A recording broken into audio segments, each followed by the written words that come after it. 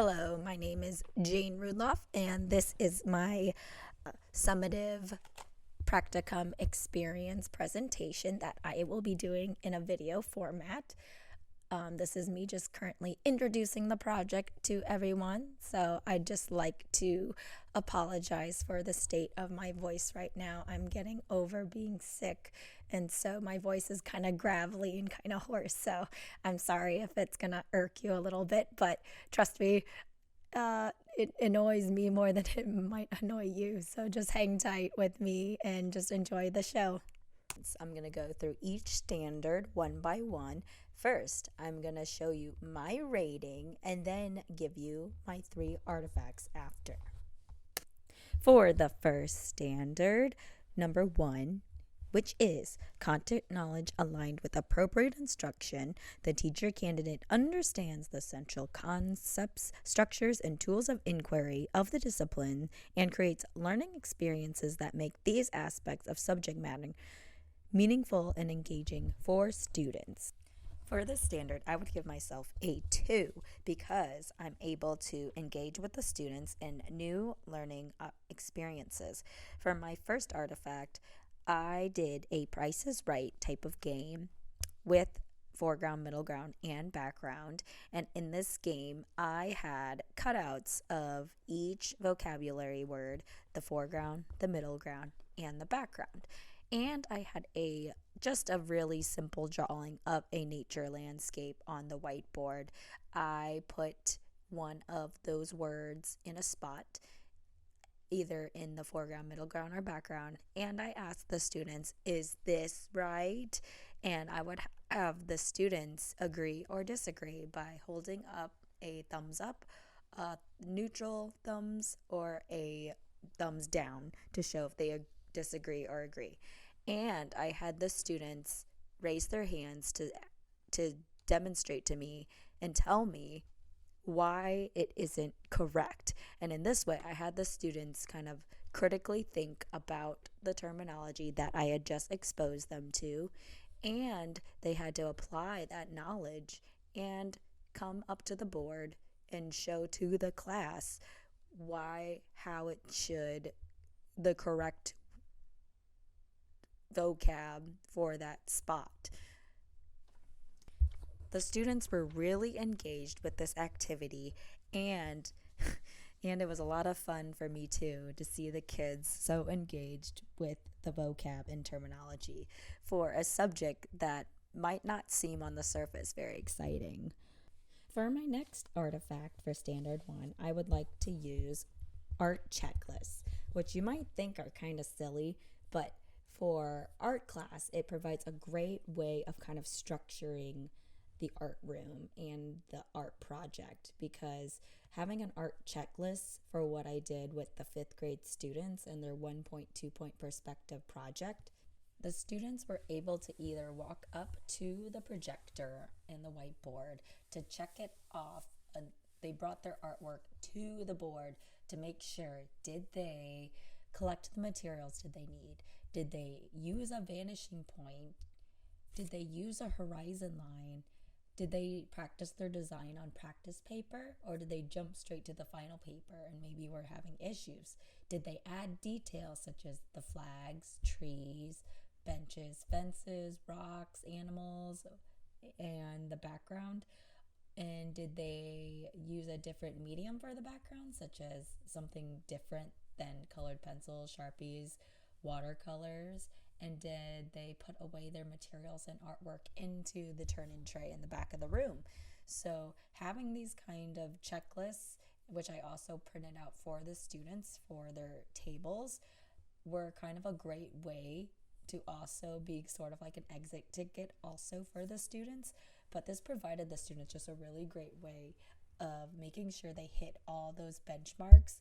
And then for me as a teacher, it helps to make sure that the students were able to understand kind of the concepts for the project. And finally, for my last artifact for Standard 1 was the usage of examples versus non-examples within my 1.2 part perspective lesson. And this one was a great one because it really engages the students. I first showed the students a bunch of examples of different type of 1 point perspective pictures of all different types of places, and they kind of talked about those within their table groups. And then I showed them an example that I had drawn myself. And in this beautiful drawing that I had drawn for the students, it was kind of funny because it very much was a very simplistic, basic drawing, but it had a lot of things that were incorrect about it. So I had the students come up to the board and draw and circle the things that were incorrect. And then I had a couple of students actually come to the board and draw the correct way for in 1 point perspective. For Standard 2, which is Student Learning, Growth, and Development, the teacher candidate understands how students learn, develop, and differ in their approaches to learning. The teacher candidate provides learning opportunities that are adapted to diverse learners and support the intellectual, social, and personal development of all the students. One of the artifacts that I included for this standard was actually a modified pair of scissors that Mrs. Maldonado, my cooperating teacher, has that allows for students with lacking fine motor skills to help them use to cut things that a normal scissors would be a lot more difficult for them. So, for example, we have a student who is in a wheelchair and he has his fine motor skills are still developing a little bit, so he struggles to cut things. And so scissors like this would help him to be able to cut through paper, and he can still participate in the lesson just as any other student would with these kind of accommodations. My second artifact I would like to share is the fact that Robinson is a public school, which means we have students from all different religious denominations and backgrounds, different socioeconomic classes, and just students that can come from anywhere in any country and really identify in any type of way. So for Christmas time, the students are making projects that are kind of focusing less on the religious aspects and iconography, such as like when you would think of Christmas, such as like Santa Claus. We're focusing more on like snowmen and penguins and kind of just like snowflakes, which are kind of a lot more non-specific religiously.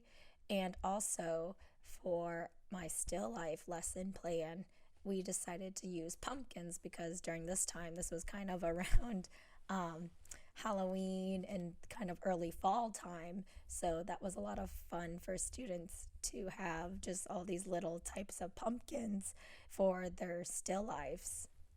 As for my last artifact for Standard 2, it would have to be the way within our art classroom we visually provide directions on the board, sort of like a checklist. I like to provide different checklists for the students so they can kind of check off each and every step, so they can kind of look back and see what they need to do or what may they have missed. And then what my teacher likes to do is she likes to put the directions on the board and the project, so the students will have they will 100% know what they are doing and each kind of step that they're going to have to do in order to reach that end process and create their piece of artwork. Within the classroom, I also, just like I said with the checklist, I really like to incorporate universal design for learning. And what that means is I like to provide lots and lots of different means of representation. So for example, for our still lives, I had a bunch of different types of pictures of still lives, not just pumpkins, but I liked to expose the students to all different types. And then also for multiple means of action and expression, that's where I really like to use that artist checklist that I'll have printed out for the students so they can all engage with it. And it's not just something that they kind of look and forget about, but the students can go back and look over it. And if they need to look at their art and then draw back to it, it's kind of always there for them. For standard number 3, or curriculum implementation, the teacher candidate recognized the importance of long-range planning and curriculum development. The teacher candidate implements curriculum based upon student, district, and state standards, which is, of course, what we've been doing the whole time. But how I would rate myself, I would probably rate myself a 1 on this, or a 1.5. Just because I'm still new and I'm still learning everything it is to create lesson plans and unit plans, I would definitely say that creating units and lessons used to be super, super difficult for me. I just struggled on how to kind of chunk down information for the different types of learners. And over time, throughout my practicum experience, I was able to really, just from writing more and more lesson plans and having Dr. Minks kind of give me more feedback and Mrs. Maldonado, I was able to slowly gain more confidence with my lesson and unit plan writing. For my first artifact, I would like to use my unit plan just because it taught me so much how to really think about curriculum and how that's going to fit in the larger scheme for the students, and then even think about what did they learn last year and what are they going to learn next. So having that kind of scope figured out, it can help build upon what you're currently working on to expand upon for your students as you continue on with the school year and introducing new art concepts to your students. In one of my still life lessons where the students were making still lifes of pumpkins, we actually read a book that they were reading in their class. That this type of learning, kind of in connecting that with what they're currently learning in their general education classroom, can really help the students grasp these concepts even more. For my third artifact, I'm going to talk about the Veterans Day Art Show, which was celebrated at my elementary school that I was at on November 10th. And before this, we had to plan out what the 3rd, 4th, and 5th graders' projects would be and how that would incorporate themselves into the art show. For example, the 3rd graders created 3-dimensional paper stars that actually were created out of the music that they sang within the music show. The 4th graders created 3-dimensional paper sculptures that they created. They were kind of like low relief paper sculptures. And then the 5th graders created 1-point or 2-point perspective drawings that included landscapes with flags and other sort of patriotic symbols. What I've really learned from my practicum experience through curriculum implementation is how much time and effort it takes to plan the scope of lessons, and how so much of it is figuring out everything beforehand and then making all the lesson plans and stuff. You have to figure out how all the pieces are going to fit together. And now we're on to standard number 4, which is critical thinking. The teacher candidate uses a variety of instructional strategies and resources to encourage students' critical thinking, problem solving, and performance skills. At first, when I saw critical thinking, I was like, what? What do you mean critical thinking in art? Art's just like for having fun and expressing yourself. But I realized to get students to think and learn about their art, you have to use critical thinking questions. You gotta problem solve within art. Like all of these things are so much involved into the art thinking process. One of my artifacts that we use quite a bit was using rough drafts or sloppy copies. And what these kind of are is just literally a piece, a half sheet of paper that the students can kind of start designing their initial work just to get down their sketches, to get down their ideas. This is where they really get to really think inside their heads, think about, what am I trying to make? And how do I get there? And this is the time where students really need to pick their brains and figure it out and kind of experiment and have fun. Another artifact that I will be using for this standard is some quotes that Mrs. Maldonado has kind of right outside of her classroom, which says, "Art class isn't just about being artists. It's about being thinkers, having ideas, solving problems. These qualities are important in all careers. Having ideas is valuable. Being able to think through processes and solve problems is valuable. Working with others to brainstorm ideas is valuable. Arts do this for kids."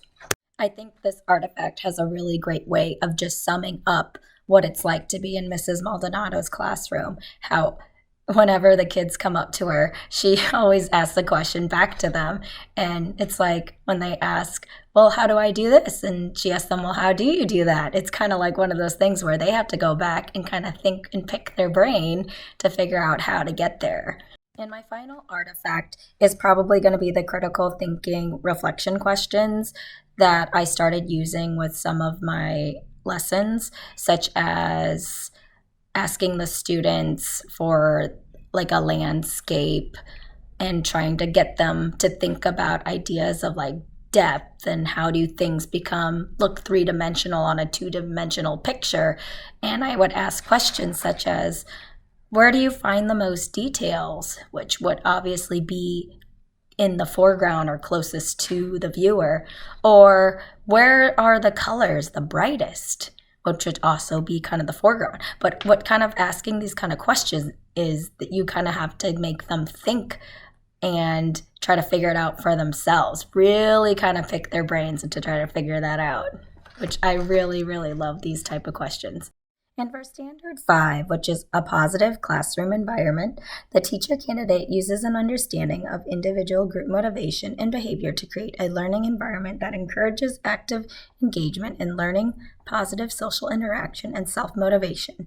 And in this one, I would probably I want to give myself a 3 for just making a very positive, inclusive environment and just very fun. But one of these things is for classroom management strategies, which I would probably have to put myself back down to like a 1.5 because I struggle with classroom management strategies.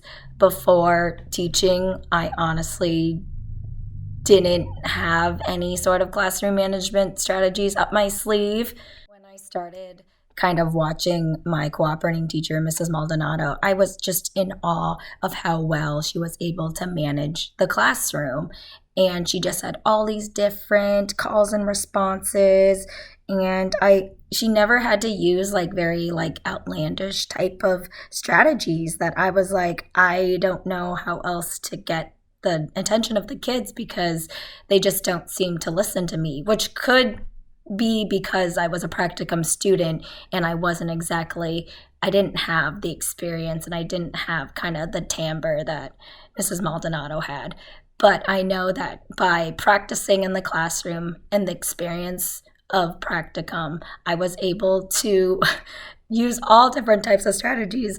I used a bell, I used the lights, I really tried kind of every which way for using all different types of strategies. I would go over the classroom rules and expectations at the start of class. What I've really learned, and just by being modeled by my cooperating teacher, is whenever students do something that is not kind or safe, or expected of a learner is Mrs. Maldonado will tell that student, such as if they hop on the table or if they hop over a chair, she'll ask them to try again.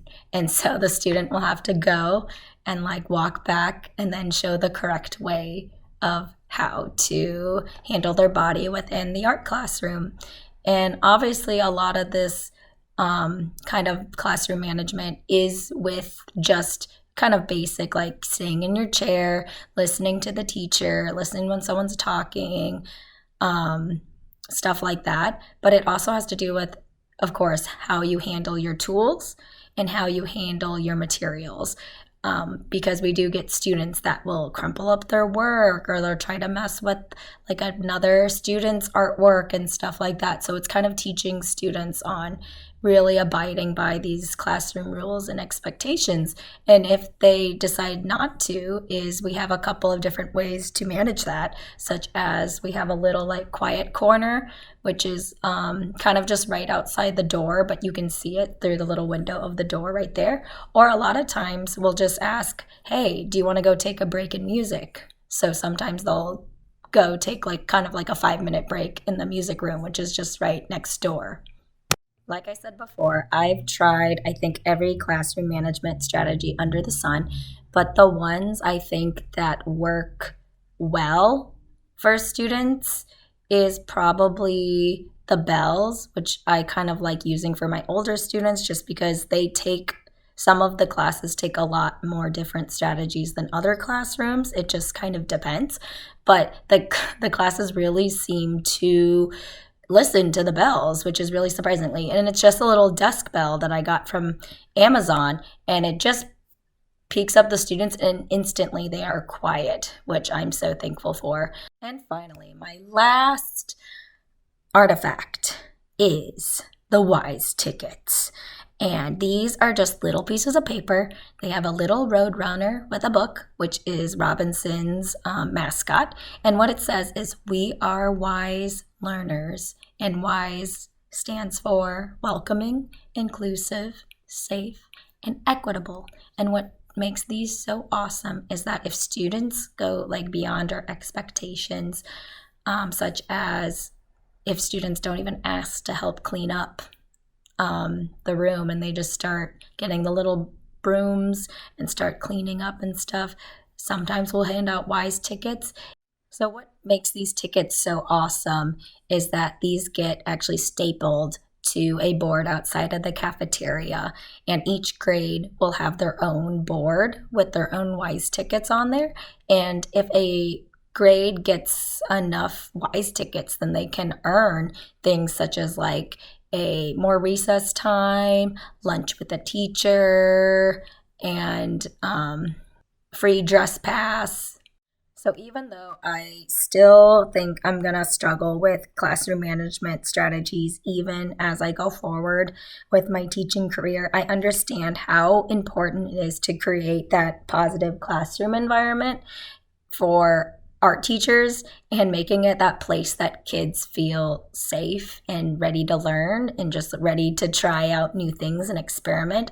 And that's kind of what I've learned being in Mrs. Maldonado's class and what I really would love to bring to my future classroom one day. For standard 6, which is effective communication, which is the teacher candidate models effective verbal, nonverbal, and media communication techniques with students, colleagues, and families to foster active inquiry, collaboration, and supportive interaction within the classroom.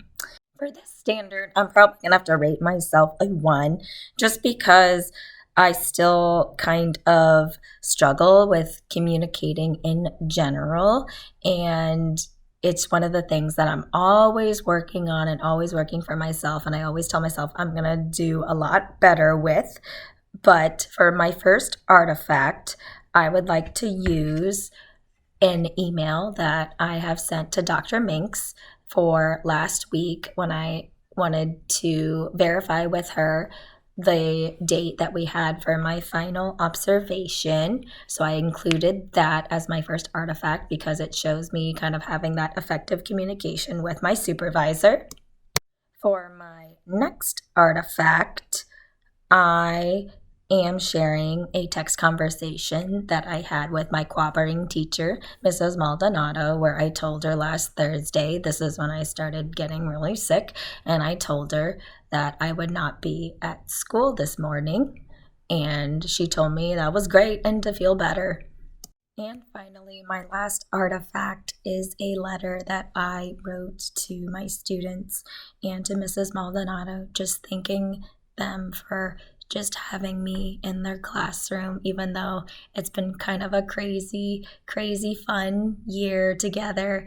And just obviously, I almost am just speechless because without Mrs. Maldonado, I don't think I could have gotten through this semester, just because she was just able to believe in me and she really helped me gain that confidence and feedback, even when I was like literally terrified to be in front of kids and just to have them kind of judge me and look at me and everything and just criticize me for everything that I could do.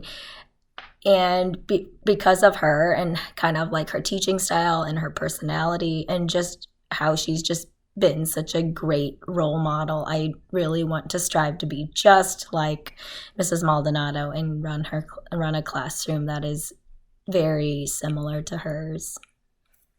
For Standard 7, that is Student Assessment and Data Analysis, the teacher candidate understands and uses formative and summative assessment strategies to assess the learner's progress and uses both classroom and standardized assessment data to plan ongoing instruction. For this standard, I'd probably have to rate myself a 1 just because I'm still kind of learning and figuring out how to assess students, but I found a couple of different strategies that I like to utilize for student assessment. For my first artifact, I am using exit tickets because they are very kind of simple and easy to use. And then you can also customize it to whatever kind of art project or art technique or artist that you're teaching to your kids. So the one that I used was for the 3rd grade as they were learning foreground, middle ground, and background. And in this exit ticket, I have a little spot for their name and then just really simple label the landscape. And there's 3 blank boxes where the students will fill in foreground, middle ground, and background. And on the board, I did have up a landscape that they could kind of look off of. And they also had their vocabulary sheets next to them on the table. So if they needed some help with the terminology, they'd be able to go and look back on those sheets to help them remember. One of the issues that I really struggle with exit tickets is how to fit it in a way that doesn't feel like a rush type of way at the end of class when normally that's kind of like the cleanup time. And since the art class that I'm in is only a 50-minute scheduled class, it can often feel like sort of like a last minute thing. And I would like to make exit tickets kind of in a more meaningful way that also includes like kind of going over them and as like a little bit of a review before. And obviously I never want to use these as like actual graded assessments, but just as a way to kind of make those kind of formative assessments of how the students are learning the materials. Another artifact that I use a lot is probably just a regular check-in method, which is going to be kind of your thumbs up, thumbs middle, and thumbs down kind of check mark. And I use those like all throughout my lesson, usually to ask the students if they understand a particular topic, and if not, do we need to go and review and have me re-show the students on what we just did. And then a lot of times I actually like to have the students model that same behavior and have them show the class.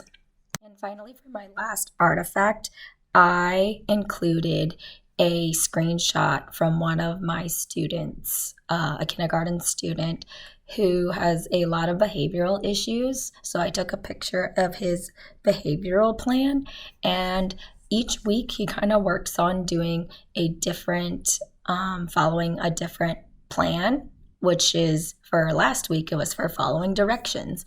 And so if he was able to follow directions, he would be able to earn a little Batman sticker on his behavioral plan. And each week he works on kind of a different expectation every week.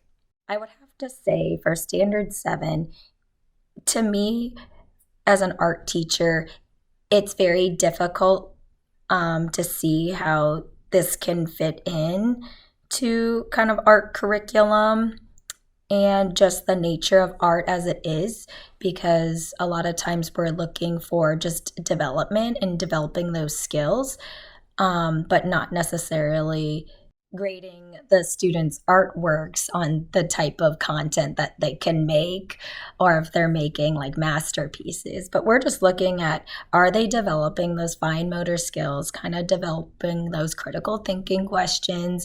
Can they take something from inside their head and can they start making that process and putting it and making it real life within using materials and drawing forms and shapes and utilizing kind of the different elements of arts. That's what we're kind of looking for. And so using kind of exit tickets, understanding students' behavioral plans is a key part for understanding how student assessment and data can help art teachers within our classroom. And we're almost to the finish line, but we're at standard 8, which is professionalism. This teacher candidate is a reflective practitioner who continually assesses the effects of choices and actions on others. The teacher candidate actively seeks out opportunities to grow professionally in order to improve learning for all students. How I would rate myself on this standard would have to be a 1, just because as a new teacher, I really struggled with starting out and not being honestly very good at being a teacher. I was definitely not comfortable at all being in front of the kids. I was really afraid of what they would think of me, and I was really afraid of just failing in general.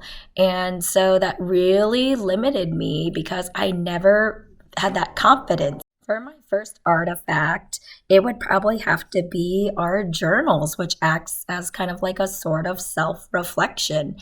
And as a teacher, I really started from our kind of inspired by our journals and the self-reflection process.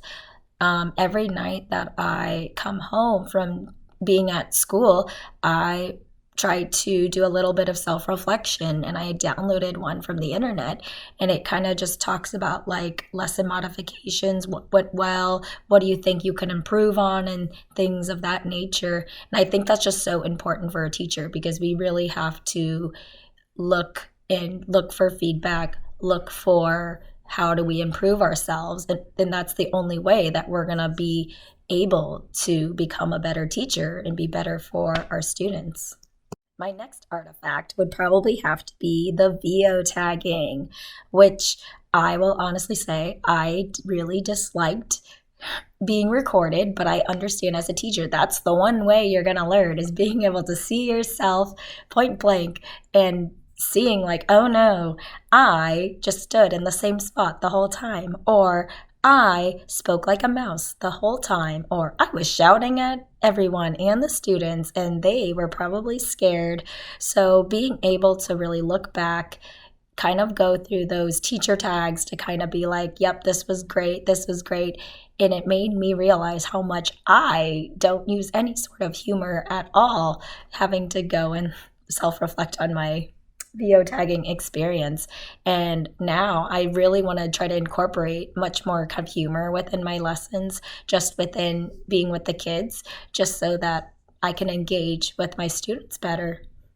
And finally, for my last artifact would have to be actually my professional dispositions assessment form for Practicum that was filled out by my supervisor. And what this form kind of shows is this was like right before fall break, was that I had not met a lot of the requirements for Practicum experience, such as like doing my first observation and kind of beginning to take hold of being a teacher and taking over some of those roles and responsibilities from Mrs. Maldonado. And I was kind of still stuck in, like, kind of like my little scared shell. And this really kind of like supercharged me into going, hiya, like it's time to become teacher Janie, take hold of the reins in your future and try to become the best teacher you can for your students and not just watch from the sidelines. So this type of kind of form really helped me. Even though it crushed my soul, I realized I was not putting in my 100% into teaching as I should be. And that's something that I learned was, teaching is always learning, progressing, doing your best, but always that reflection and seeking out those new opportunities to try to grow. And what I started doing is I started conversing more with Mrs. Maldonado and with Dr. Minks, who always sends amazing resources through email and just everything. And I'm also going to try to keep up with her just because she's just a whole knowledge. She has a whole barrel of knowledge about art education resources that is just so critical for continuing to be a better teacher. And finally, for Standard 9, or professional collaboration, the teacher candidate has effective working relationships with students, families, school colleagues, and community members. For this standard, I actually think I am a 2.5 or a 3. So, one of the artifacts from my practicum experience was being able to join my cooperating teacher and the other special teachers for the PLC groups, which meet on Tuesdays and Thursdays, usually once a week, but sometimes maybe once every 2 weeks. And these meetings were really enlightening and really eye opening for how specials teachers can help collaborate together and kind of work with developing a plan for the students that they're having trouble connecting with and students that honestly just have really big behavioral issues, and the teachers kind of come together to kind of discuss the issues they've been having in the class or even the positives they've been having in the classes with these students. And by discussing these things, they gain a much bigger picture about these students, and then they can come together and create a plan that is kind of very individualized for these students. Like, maybe this technique didn't work with this student, but this technique I'm going to try because it worked with the music teacher. And so now we're going to try it with in art class, or this works in PE class, but this doesn't quite work in music class. So kind of having these meetings is a really good way for the teachers to support every student regardless of their relationship with those students. One of my favorite days out of this practicum experience would have to be November 7th, which Kirkwood was actually off of school that day, and it was a professional development day for Kirkwood, which we got to all the art teachers, elementary and middle school art teachers, we got to meet at North Glendale Elementary School, where we met in one of the other art teachers' rooms, Tom's room, and it was a really great experience because I got to see Tom's art room and how kind of his room was set up, because each art teacher has kind of a different space, and so it's really cool to be able to see how each teacher will organize and their different system, as my cooperating teacher calls it. For that day, each teacher had brought a favorite project that they were going to bring and show to each of us. And so for my cooperating teacher, Mrs. Maldonado, she brought a just like plastic cups and Sharpies. And what we did with a small little toaster oven was we created snowflakes kind of coloring on these paper cups, and then we stuck them in that toaster oven for like 10 seconds, and they flattened down to a little pancake.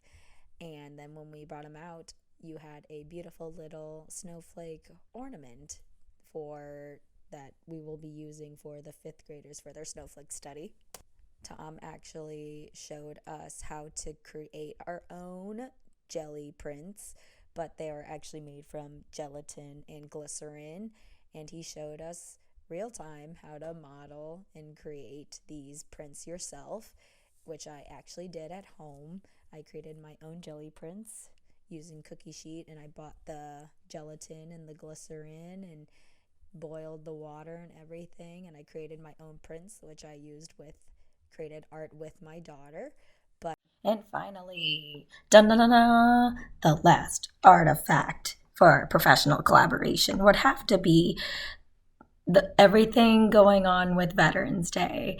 So, beginning with Veterans Day, each of the students, grades kindergarten 1, 2, 3, 4, 5, we all did different kind of Veterans Day projects. But the third grade, fourth grade, and fifth graders, they all had specific projects that would be used outside of the gymnasium. And then the gymnasium was set up into kind of a patriotic decorations and stands and everything. It becomes like a whole assembly, and each of the grades actually sing for the veterans on Veterans Day. During these times, we all had to come and work together actually for helping to set up for the Veterans Day art show. We had Miss Davis, the librarian, come help. Miss Kessler, the music teacher, she was in charge of kind of getting all the students ready for the show and making sure that all the students practiced and knew how to walk up to the stage and how to leave the stage and all the logistics of it. But we had a ton of people that were helping, including Mrs. Morgan and Mr. Wilds, who are both the PE teachers, and they were able to help putting up some of the artwork. But we even had other staff members that were able to come together to help set up the art show into what it is. And so I'm showing pictures on the screen so you can see how awesome. I even have some video of walking through the artwork, just because I remember feeling so proud of the students and finally seeing they got to see all of their hard work finally after all those weeks of working on their art projects, and seeing it all come together into a beautiful show in honor of the veterans was just one of the most beautiful things I think I've seen so far during my practicum experience.